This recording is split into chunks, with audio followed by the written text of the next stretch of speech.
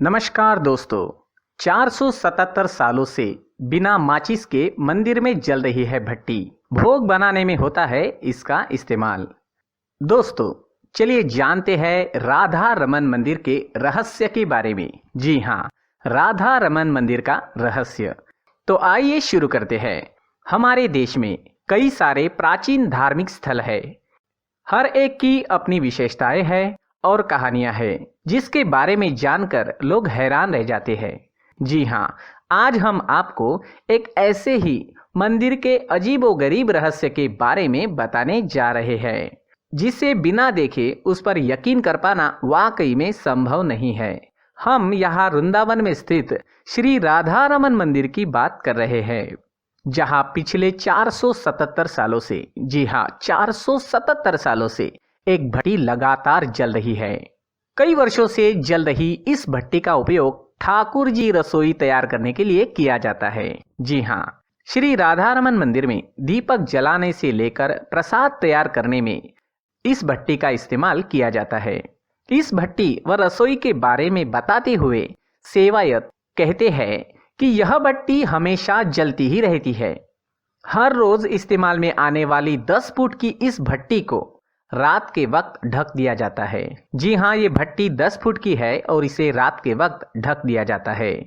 सबसे पहले इसमें लकड़ियां डाली जाती है और उसके बाद ऊपर से राख उड़ा दी जाती है ताकि इसकी ज्वाला शांत ना हो। दूसरे दिन सुबह सबसे पहले इसमें लकड़ियां डाल दी जाती है और उस पर राख उड़ा दी जाती है ताकि इसकी ज्वाला शांत ना हो। दूसरे दिन सुबह फिर से उपले व लकड़ियों को इसमें डाल दिया जाता है।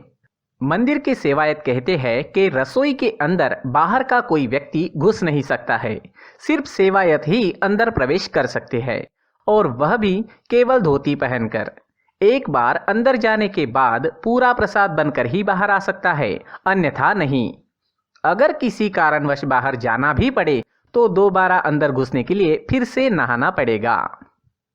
जी हाँ, इस भट्टी का एक रोचक इतिहास भी है, जिसके अनुसार वर्ष 1515 में चैतन्य प्रभु वृंदावन आए थे। उस वक्त तीर्थों के विकास की जिम्मेदारी उन्होंने 6 गोस्वामियों को सौंपी। इनमें से एक गोपाल भट्ट स्वामी थे, जो दक्षिण भारत के त्रिचलापल्ली में स्थित श्रीरंगम मंदिर के मुख्य पुजारी के पुत्र थे। चैतन्य महाप्रभु जी की आज्ञा का पालन करते हुए गोपाल भट्ट हर रोज 12 ज्योतिर्लिंग की आराधना करते थे। दामोदर कुंड की यात्रा के दौरान वह इस 12 ज्योतिर्लिंग को वृंदावन में लाए थे। वर्ष 1530 में गोपाल भट्ट को चैतन्य महाप्रभु जी ने अपना उत्तराधिकारी बनाया और 1533 में चैतन्य महाप्रभु की लीला पूर्ण हुई। 1542 ईस्वी सन की बात है। नृसिंह चतुर्दशी के दिन सालिग्राम शिला के पास गोपाल भट्ट की नजर एक सांप पर पड़ी। उन्होंने जब उसे हटाना चाहा तो वह शिला राधारमन के रूप में प्रकट हुई। इस तरह वैशाख पूर्णिमा के दिन मंदिर में इसकी स्थापना की गई। उस दौरान गोपाल भट्ट ने मंत्रों के मध्य अग्नि प्रविष्ट की थी। तो दोस्तों, इस तरह राधा रमन मंदिर एक रहस्यमय मंदिर है। यहाँ की भट्टी और यहाँ का इतिहास सब कुछ एक रहस्य है। दोस्तों, आगे और एक अनोखे मंदिर का रहस्य बताया गया है, तो वीडियो आगे जरूर देखें। नमस्कार दोस्तों, आइए आज हम जानते हैं नृसिंह भगवान के अद्भुत मंदिरों के बारे में। जी हाँ, नृसिंह भगवान का अद्भुत मंदिर और उन मंदिर से जुड़े हुए रहस्य। तो चलिए दोस्तों जानते हैं भगवान विष्णु के चौथे अवतार नृसिंह भगवान के बारे में। सभी जानते हैं, उन्होंने ये अवतार हिरण्यकश्यपु के संहार और भक्त प्रहलाद की रक्षा के लिए धारण किया था। लेकिन उनके इस अवतार की कथा केवल इतनी ही नहीं है। जी हाँ दोस्तों, उत्तराखंड के जोशीमठ में भगवान नृसिंह देव का एक ऐसा मंदिर है जिसका संबंध सृष्टि के विनाश से है। जी हाँ, ये मंदिर उत्तराखंड के जोशीमठ में स्थित है और उसका संबंध सृष्टि के विनाश से माना जाता है। तो आइए दोस्तों जानते हैं इस प्रतिमा का इतिहास से और सृष्टि के अंत से किस तरह संबंध है। दोस्तों, जोशीमठ में आध्यात्मिकता की जो जड़ें है वो गहरी है।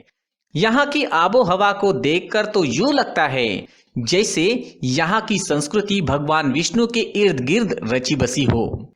दोस्तों, सामान्य दिनों में यहाँ पर स्थापित प्राचीन नृसिंह मंदिर में लोगों का साल भर आना जाना लगा ही रहता है।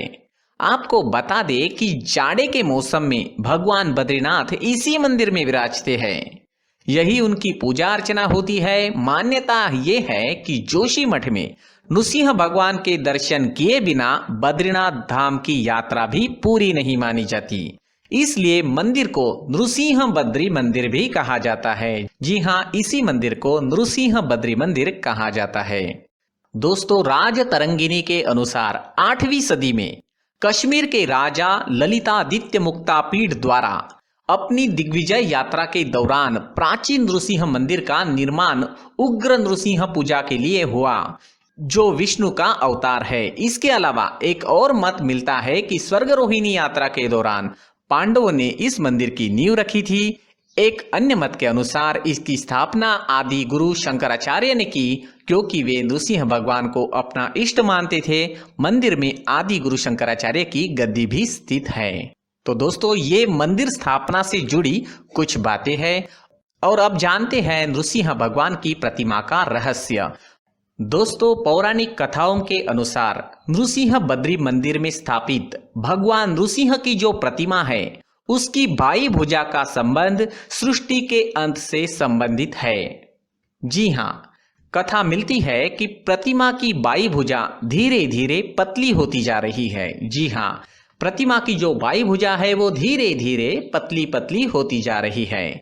लेकिन कहा जाता है जिस दिन ये पूरी तरह से गायब हो जाएगी, जी हाँ, पतली होते होते नृसिंह भगवान के मूर्ति की बाई भुजा पतली होते होते जिस दिन गायब हो जाएगी, वह दिन सृष्टि के अंत यानी कि विनाश का दिन होगा, ऐसा माना जाता है। दोस्तों, आपको बता दें कि मंदिर में स्थित भगवान की यह स्वयंभू प्रतिमा शालीग्राम पत्थर से बनी हुई है। दोस्तों, और एक मंदिर है जो छत्तीसगढ़ की राजधानी रायपुर के ब्रह्मपुरी क्षेत्र में स्थित है। ये मंदिर भी नृसिंह भगवान का करीब 1148 साल पुराना मंदिर है। दोस्तों, भोसले राजा हरहर वंशी ने इसका निर्माण करवाया था। यहाँ भगवान नृसिंह की प्रतिमा काले पत्थर से बनी है। इसकी खासियत ये है कि ये प्रतिमा गर्मी के मौसम में ठंडी रहती है और ठंड के मौसम में गर्म रहती है। यहाँ साल में एक बार विशाल धार्मिक आयोजन होता है, जिसमें देश के कोने कोने से भक्तजन आते हैं। दोस्तों, नृसिंह भगवान का और एक मंदिर है जो आंध्र प्रदेश के विशाखापट्टनम से 16 किलोमीटर की दूरी पर सिंहाचल पर्वत पर स्थापित है। दोस्तों, मान्यता ये है कि इस मंदिर की स्थापना श्री हरि के परम भक्त प्रहलाद जी महाराज ने की थी। इस मंदिर में भगवान लक्ष्मी जी के साथ स्थापित है, लेकिन प्रतिमा पर पूरे समय चंदन का लेप लगा ही रहता है। दोस्तों, क्या है इस चंदन के लेप का रहस्य? क्यों प्रतिमा चंदन के लेप से ढकी होती है? ये केवल अक्षय तृतीया के दिन ही हटाता है। जी हाँ, ये चंदन का लेप केवल अक्षय तृतीया के दिन हटा लिया जाता है, तभी भक्तजन भगवान की प्रतिमा के साक्षात दर्शन कर पाते हैं। मूर्ति पर चंदन का लेप लगाए जाने के विषय में बताया जाता है कि जब हिरण्यकश्यपु के मारने के बाद भी नृसिंह भगवान का क्रोध शांत नहीं हुआ, तब उन्हें ठंडक पहुंचाने के लिए चंदन का लेप लगाया गया। तब जाकर उनका क्रोध शांत हुआ, क्योंकि चंदन शांति पहुंचाता है, क्रोध को शांत करता है। दोस्तों, मध्य प्रदेश के नरसिंहपुर में भी भगवान नृसिंह देव का मंदिर है।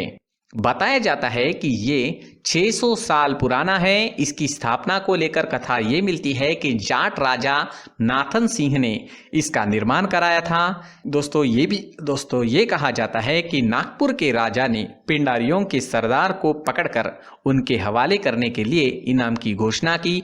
तब वीर योद्धा नाथन सिंह ने पिंडारियों के सरदार को बंदी बनाकर राजा के सामने पेश किया। तब राजा ने उन्हें 200 घुड़सवार और 80 गांव इनाम में दिए। इसके बाद उन्होंने अपने इष्टदेव नृसिंह भगवान का मंदिर बनवाया। इसके बाद उसी स्थान पर नृसिंहपुर क्षेत्र बसा। तो दोस्तों, ये है नृसिंह भगवान के मंदिरों से जुड़े कुछ रहस्य, कुछ बातें जो नृसिंह भगवान से जुड़ी हुई हैं। तो दोस्तों, क्या आप इन मंदिरों में गए हैं? तो आप भी आपके अनुभव कमेंट में ज़रूर लिखें। दोस्तों, आप भी किसी रहस्यमय या किसी अद्भुत मंदिर में जाकर आए हैं तो वहाँ पर आपका अनुभव कैसा रहा वो भी आप शेयर कर सकते हैं।